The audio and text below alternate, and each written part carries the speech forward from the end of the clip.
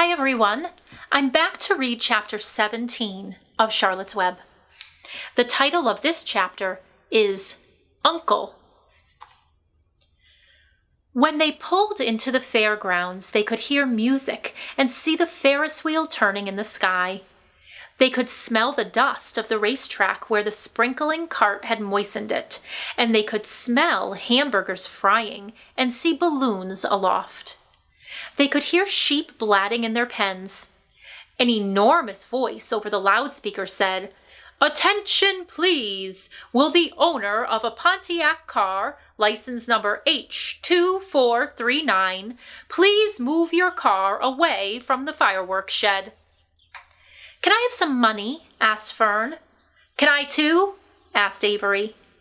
"I'm going to win a doll by spinning a wheel, and it will stop at the right number," said Fern. "I'm going to steer a jet plane and make it bump into another one," said Avery. "Can I have a balloon?" asked Fern. "Can I have a frozen custard and a cheeseburger and some raspberry soda pop?" asked Avery. "You children be quiet until we get the pig unloaded," said Mrs. Arable. "Let's let the children go off by themselves," suggested Mr. Arable. "The fair only comes once a year."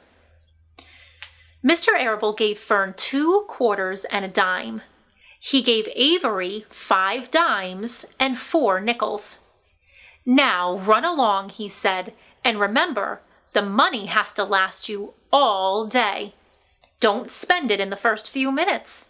And be back here at the truck at noontime so we can all have lunch together. And don't eat a lot of stuff that's going to make you sick to your stomachs. And if you go on those swings," said Mrs. Arable, "you hang on tight. You hang on very tight. Hear me? And don't get lost," said Mrs. Zuckerman. "And don't get dirty." "Don't get overheated," said their mother. "Watch out for pickpockets," cautioned their father. "And don't cross the racetrack when the horses are coming," cried Mrs. Zuckerman. The children grabbed each other by the hand and danced off in the direction of the merry-go-round, toward the wonderful music and the wonderful adventure and the wonderful excitement, into the wonderful midway where there would be no parents to guard them and guide them, and where they could be happy and free and do as they pleased. Mrs. Arable stood quietly and watched them go. Then she sighed. Then she blew her nose. "Do you really think it's all right?" she asked. "Well, they've got to grow up sometime," said Mr. Arable, "and a fair is a good place to start, I guess." While Wilbur was being unloaded and taken out of his crate and into his new pig pen, crowds gathered to watch. They stared at the sign, "Zuckerman's Famous Pig." Wilbur stared back and tried to look extra good. He was pleased with his new home.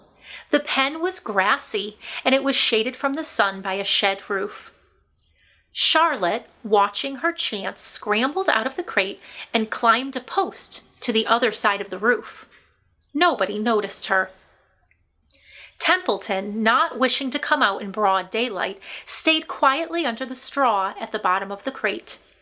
Mr. Zuckerman poured some skim milk into Wilbur's trough, pitched clean straw into his pen, and then he and Mrs. Zuckerman and the Arables walked away toward the cattle barn to look at purebred cows and to see the sights. Mr. Zuckerman particularly wanted to look at tractors. Mrs. Zuckerman wanted to see a deep freeze. That would be like a big freezer, big chest freezer. Not a lot of people had those then. Lurvy wandered off by himself, hoping to meet friends and have some fun on the midway. As soon as the people were gone, Charlotte spoke to Wilbur. "It's a good thing you can't see what I see," she said. "What do you see?" asked Wilbur. "There's a pig in the next pen, and he's enormous. I'm afraid he's much bigger than you are." "Well, maybe he's older than I am and has had more time to grow," suggested Wilbur. Tears began to come to his eyes.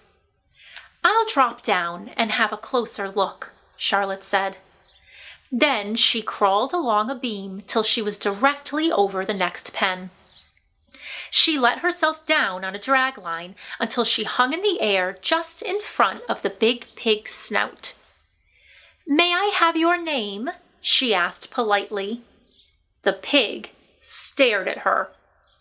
"No name," he said in a big, hearty voice. "Just call me Uncle." "Very well, Uncle," replied Charlotte. "What is the date of your birth? Are you a spring pig?" "Sure, I'm a spring pig," replied Uncle. "What did you think I was, a spring chicken? Ha, that's a good one." "Mildly funny," said Charlotte. "I've heard funnier ones, though. Glad to have met you, and now I must be going." She ascended slowly and returned to Wilbur's pen. "He claims he's a spring pig," Charlotte reported, "and perhaps he is. One thing is certain, he has a most unattractive personality. He's too familiar, too noisy, and he cracks weak jokes. Also, he's not anywhere near as clean as you are, nor as pleasant. I took quite a dislike to him in our brief interview. He's going to be a hard pig to beat, though, Wilbur, on account of his size and weight. But with me helping you, it can be done." "When are you going to spin a web?" asked Wilbur. "This afternoon, late, if I'm not too tired," said Charlotte. "The least things tire me these days. I don't seem to have the energy I once had. My age, I guess." Wilbur looked at his friend. She looked rather swollen, and she seemed listless. "I'm awfully sorry to hear that you're feeling poorly, Charlotte," he said. "Perhaps if you spin a web and catch a couple of flies, you'll feel better." "Perhaps," she said wearily, "but I feel like the end of a long day." Clinging upside down to the ceiling, she settled down for a nap, leaving Wilbur very much worried. All morning people wandered past Wilbur's pen. Dozens and dozens of strangers stopped to stare at him and to admire his silky white coat, his curly tail, his kind and radiant expression. Then they would move on to the next pen where the bigger pig lay. Wilbur heard several people make favorable remarks about Uncle's great size. He couldn't help overhearing these remarks, and he couldn't help worrying. And now, with Charlotte not feeling well, he thought, "Oh dear." All morning, Templeton slept quietly under the straw. The day grew fiercely hot. At noon, the Zuckermans and the Arables returned to the pig pen.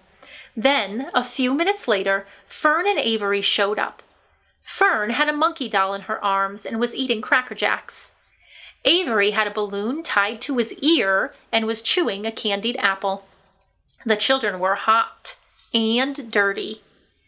"Oh, isn't it hot?" said Mrs. Zuckerman. "It's terribly hot," said Mrs. Arable, fanning herself with an advertisement of a deep freeze. One by one, they climbed into the truck and opened lunch boxes. The sun beat down on everything. Nobody seemed hungry. "When are the judges going to decide about Wilbur?" asked Mrs. Zuckerman. "Not till tomorrow," said Mr. Zuckerman. Lurvy appeared, carrying a blanket that he had won.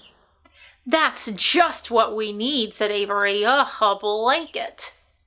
"Of course it is," replied Lurvy, and he spread the blanket across the sideboards of the truck so that it was like a little tent. The children sat in the shade under the blanket and felt better. After lunch, they stretched out and fell asleep. That was the end of that chapter of Charlotte's Web. So finally, they made it to the fair, and now that they're there, Charlotte is not feeling well, and there's a very, very large pig next to them, and so that's making Charlotte feel a little nervous, but especially Wilbur. He's feeling a little nervous that he might not be able to win that first prize. Now let's talk about the main idea of this chapter. Do you think the main idea is that it's very hot at the fair? Is the main idea that Avery and Fern both got some money to spend? Or is the main idea that the pig next to Wilbur is very big and will be difficult to beat? If you thought that the main idea was that pig next to Wilbur, Uncle, will be very difficult to beat, then you are correct. Thank you for listening to this chapter.